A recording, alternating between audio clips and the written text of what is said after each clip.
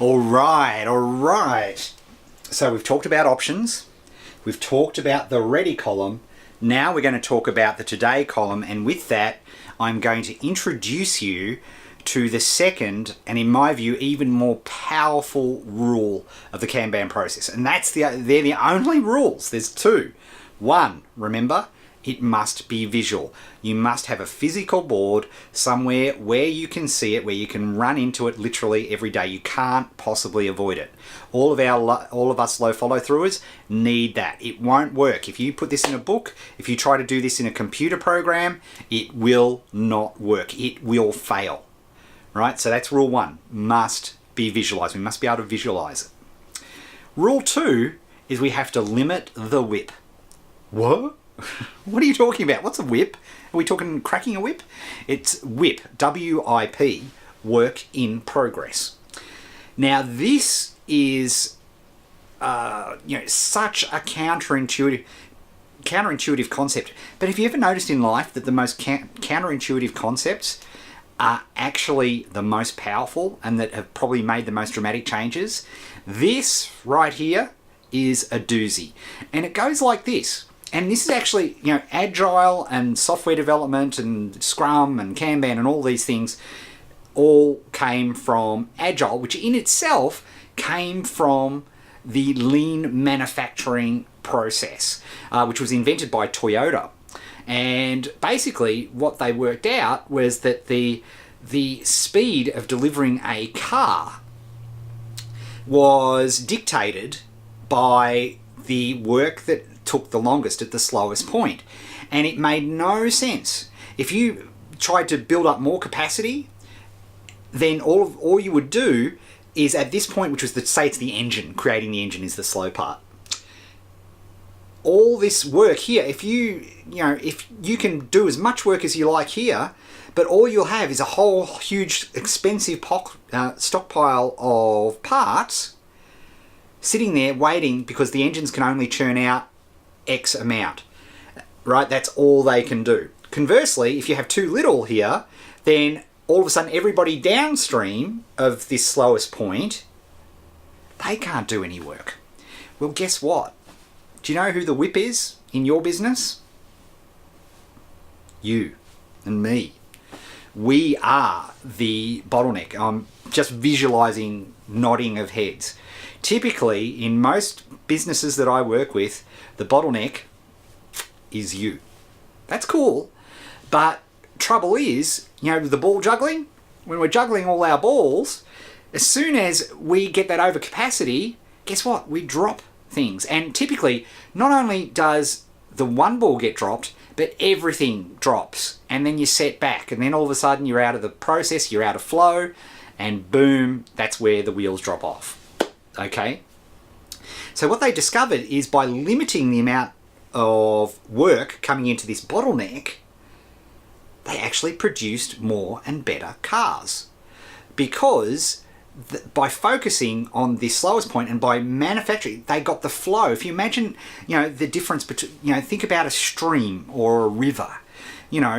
The stream flows, but if you look at it from way up high, it just looks like beautiful flowing water. Now, if you go down and you look close enough, there's boulders and rocks and there's rapids and slow parts, but there's never any stagnant parts. Stagnant. Because if anything goes stagnant, you get Nile River virus, you get mosquitoes, you get smelly, you get blue-green algae. It's bad news, right? We need things to keep flowing. Yet in our business, we have the equivalent of stagnant ponds where things just stop and you drop everything because something's happened that's thrown in a wrench. Now, for online businesses, typically, this is technical tasks, right? That you have that. And because we're so into that part of the process, because we don't have something visual where we can look at the whole of everything that's going on, everything stops. Okay, and then we get stagnation happens, mosquitoes breed, everybody gets Nile River virus, and we all die, metaphorically speaking. But this is what's happening. So now with a visual system, we can say, well, okay, this thing blew up and is stuck, But we've got all of these other things here in our ready column that we could potentially move into our today. But we're getting ahead of ourselves. So the today column, notice how small it is. In fact, for me, I've deliberately made it so it can only fit 2 post-it notes. And this is the key to limiting the WIP. On a daily basis, I make the decision when I walk in the office in the morning, I go, let's have a look at, because things change, right? The way you looked at the world on Monday may be completely different to what it is here on Wednesday. So I have a look when I come in, and I'm, funnily enough, my ticket here is Shoot Week 2 Kanban. I'm doing it, right? And I've got that ticket there, and I put that in. Why? Because I am limiting my WIP. Here's the deal. Start less, finish more. This is what the American car companies didn't figure out, this lean manufacturing.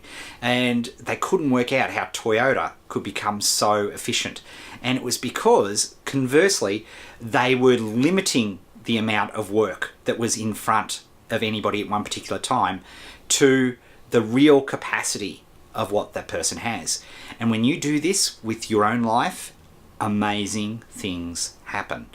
It'll take some time and some effort to get used to it, but it is the most powerful thing. And I'm talking to you one-person bands and people who are doing this on a part-time basis, hoping to make it a full-time.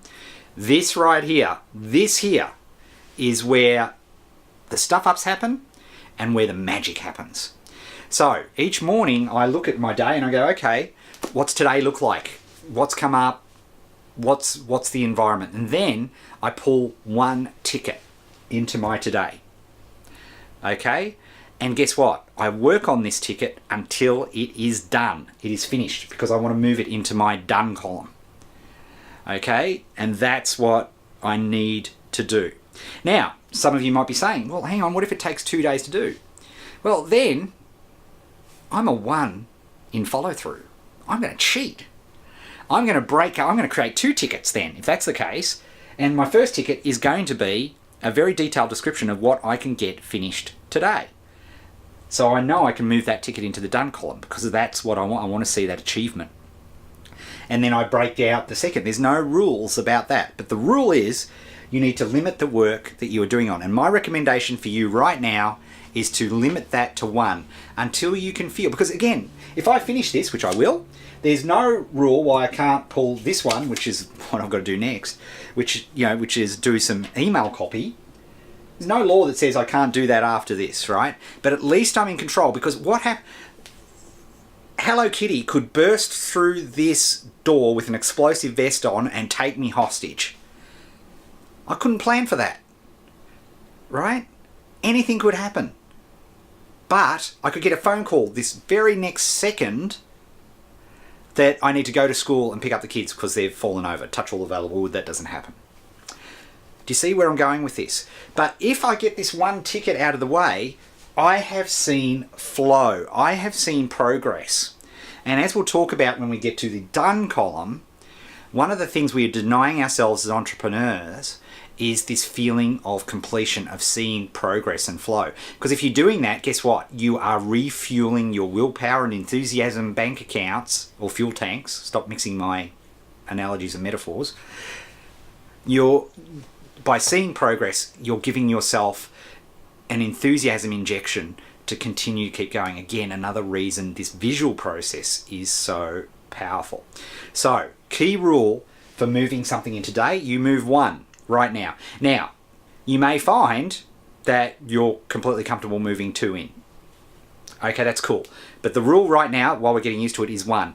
And guess what? We do nothing else, right? Stuff may happen. I may get a phone call. The boss may come in and hand you a project and say, this must be done now, immediately.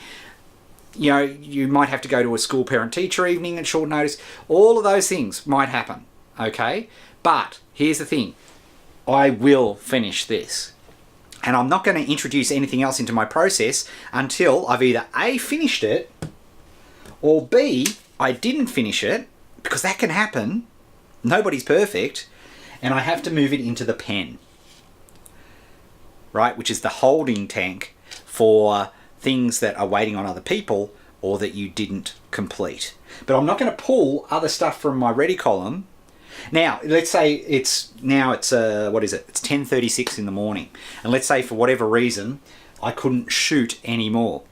Now, interruption, the camera breaks. That's a great one. Don't break camera. But let's say the camera broke, so I could not do any more filming. Typically, what would happen is that would send people into such a spin that nothing else would get done. But guess what? I've got a visual process here. I know that this email stuff is important. So guess what? Boom. Bam. Straight into the today column. And I'll work on that emails. So I've got a plan B. I've got a plan C because everything is visual. Now, if you've got a big to-do list in front of you, remember the difference between a map and a list of street names, a list of gas stations, a list of banks? Which one can you absorb information quicker? For us, slow follow-through types, this visualized process is just extraordinary. Like, the difference it will make is just unbelievable. So that's the today column and the very, very important lesson of limiting the WIP. Start less, finish more. That's the incredibly counterintuitive advice which has just changed business after business that I've worked with. Particularly, as I say, when you're working with yourself, when you've got a job that you're doing which is paying the mortgage, it's going to be so much better for you. So that's it. Now, in our next video, we're going to talk about the pen.